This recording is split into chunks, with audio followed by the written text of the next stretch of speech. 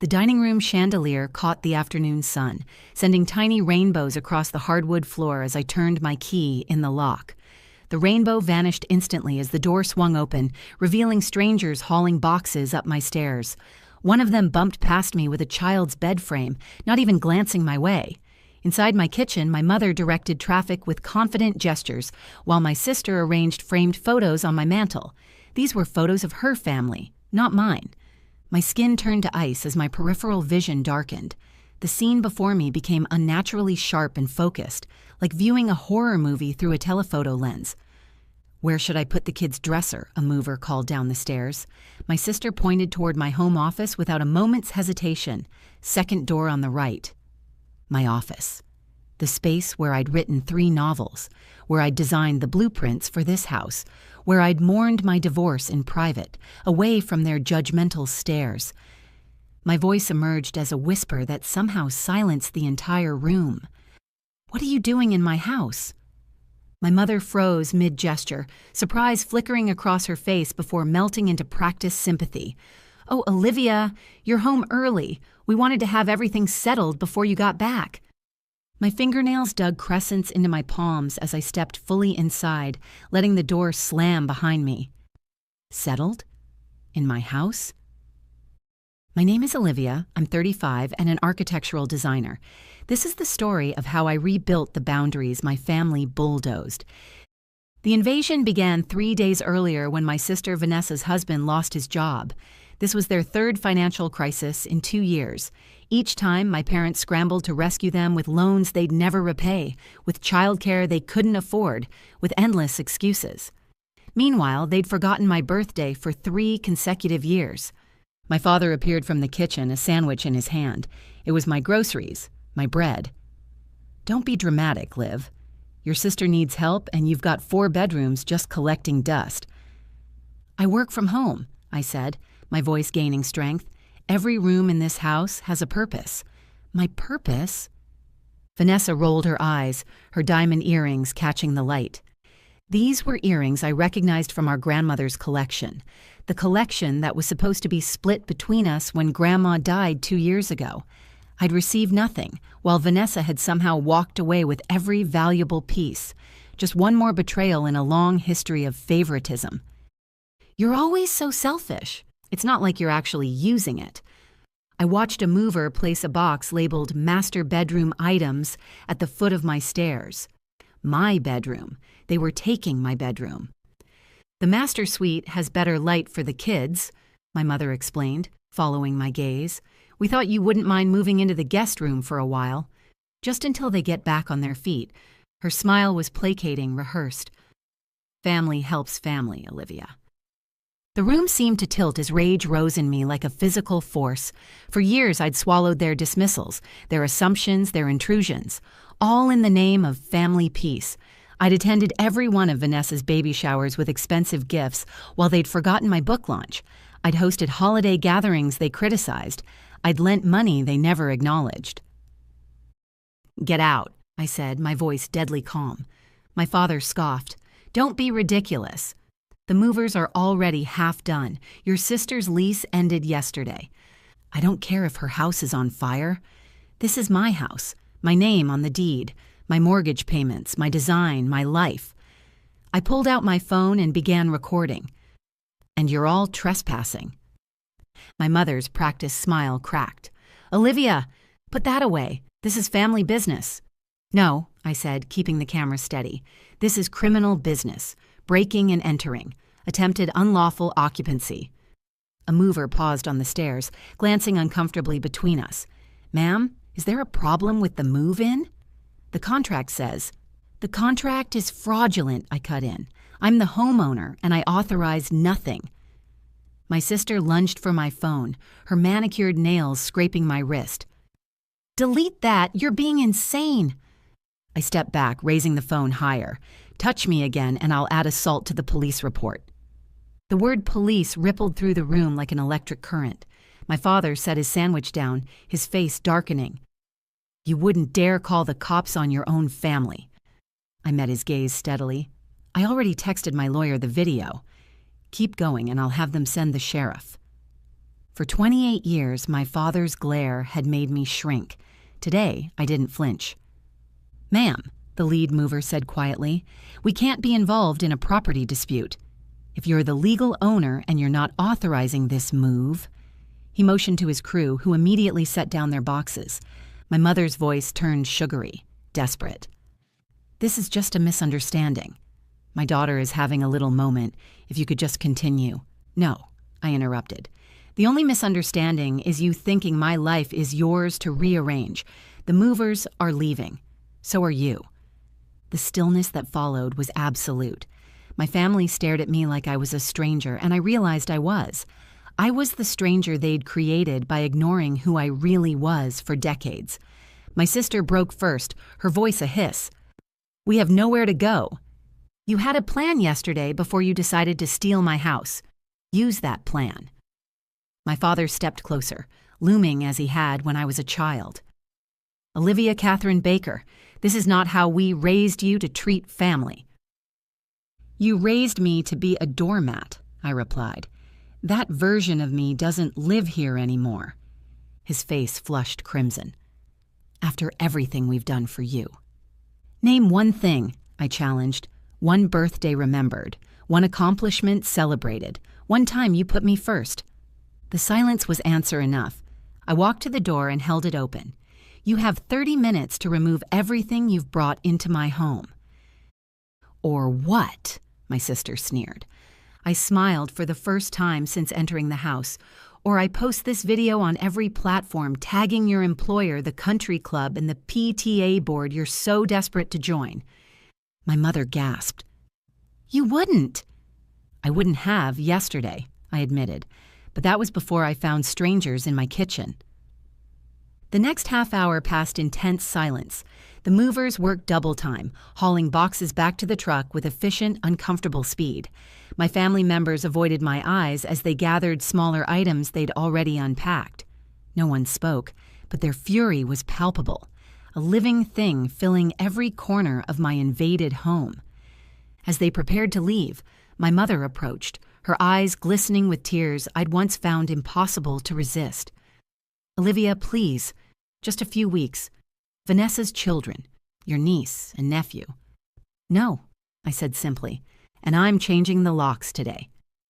My sister brushed past me, shoulder checking me hard enough to bruise. "You'll regret this," she hissed.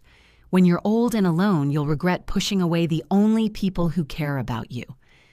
I met her gaze calmly. I'd rather be alone than surrounded by people who only care about what they can take from me. When the door finally closed behind them, I leaned against it, legs trembling with delayed shock. Through the window, I watched them argue in the driveway. My parents were gesturing wildly, my sister crying theatrically, her husband kicking at the gravel. For the first time, their drama felt like someone else's problem. Inside, evidence of their invasion lingered. There was a scuff on the wall from moving furniture, crumbs on my counter, the lingering scent of my sister's perfume. I moved through each room, reclaiming my space with slow, deliberate steps. In my office, I found a half-unpacked box of my sister's children's toys already scattered across my desk. I knelt and methodically returned each item to the box, then carried it to the front porch and left it there. Just like my family, these toys no longer belonged in my life. That night, I contacted a security company, a locksmith, and my attorney. By morning, I had new locks, a doorbell camera, and legal paperwork drafted for a restraining order if necessary. When my phone rang with my mother's number, I didn't answer. Instead, I opened Instagram and posted a single photo. It was my home office restored to order, sunlight streaming through the windows. The caption read, "Some people confuse kindness with weakness." Today, I remembered the difference. I didn't name names. I didn't need to. Within hours, my sister called, her voice tight with fury. "Take that down. People are asking questions." "Good," I replied. "I've been answering their questions honestly." She inhaled sharply. "You're humiliating us." "No," I corrected. "You're humiliating yourselves. I'm just not covering for you anymore." Over the next week, the fallout was both subtle and devastating. Friends texted asking if I was okay. Relatives called wanting gossip. My sister's pristine social media presence suddenly faced uncomfortable questions about why they'd tried moving into my house. Her profile was curated to showcase her perfect family life. My father's business associates, who'd always viewed him as a pillar of integrity, now viewed him with new eyes. My mother's church friends, who'd heard endless stories about her ungrateful younger daughter, now wondered what else she'd misrepresented. 10 days after the attempted invasion, they arrived at my door again. All 4 of them were standing on my porch like supplicants before a temple. My father's shoulders slumped. My mother's makeup couldn't hide her exhaustion. My sister's designer outfit looked rumpled, her husband's face etched with defeat. Through the doorbell camera, I watched them wait, then ring again, growing increasingly desperate.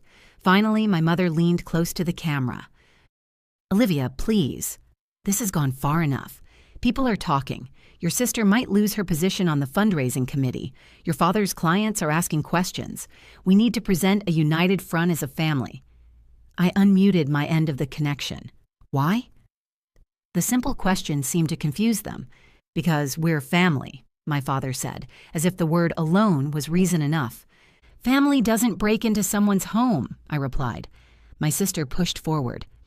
"We had a key," which was for emergencies, not theft. My mother's voice cracked. "What do you want from us, Olivia?" "An apology?" "Fine, we're sorry. Now let us in so we can discuss how to fix this mess you've made." I laughed. It was a genuine laugh of someone finally seeing clearly. "The mess I've made? That's exactly why I'm not opening this door. You still think I'm the problem?" My sister's husband spoke for the first time, his voice weary. "Look, we screwed up. We get it. But this vendetta isn't helping anyone." "It's helping me," I said simply. "For the first time in my life, you're all seeing me as a person with boundaries, not just a resource to exploit. That's worth everything you're losing." My father's face darkened. "So that's it? You'll throw away 30 years of family over one mistake?" "This wasn't one mistake," I corrected him. "This was the last mistake. The one that finally showed me what I've allowed for 3 decades. My sister shoved her way to the camera, her voice shrill. "You think you're so perfect? You think you don't need us? Wait until something goes wrong in your perfect little life. You'll come crawling back." I smiled, feeling a calm I'd never known before. "That's the difference between us, Vanessa. I've never had anyone to crawl to when things went wrong. I've always solved my own problems. That's why I have this house and you're standing outside of it."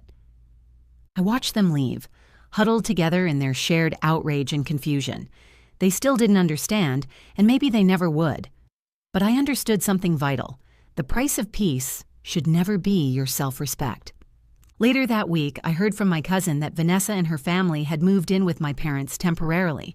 They'd rented a much smaller apartment across town, far from the prestigious school district they'd wanted. The country club gossip confirmed they'd been forced to downsize significantly. This was a blow to my sister's carefully cultivated image of success. Part of me felt a twinge of sympathy for my niece and nephew, caught in adult battles not of their making. But I reminded myself that their parents' poor planning wasn't my emergency. 3 months later, my doorbell rang on a Sunday afternoon. I checked the camera to find my mother standing alone on the porch, looking smaller somehow, less certain. No demands, no family battalion, just her. I opened the door, but didn't invite her in. "I've been thinking," she said after a long moment, "about what you said. About not being able to name one time we put you first." I waited, neither helping nor hindering this moment of reflection. "I couldn't think of one," she admitted. "Not a single time. And that's—" She swallowed hard. "That's unforgivable." "Probably," I agreed. She nodded, accepting this. "I'm not asking for forgiveness, or for things to go back to how they were. I just wanted you to know that I see it now. What we did, what we've always done." She handed me a small box. "Your grandmother's pearl earrings. They should have gone to you years ago."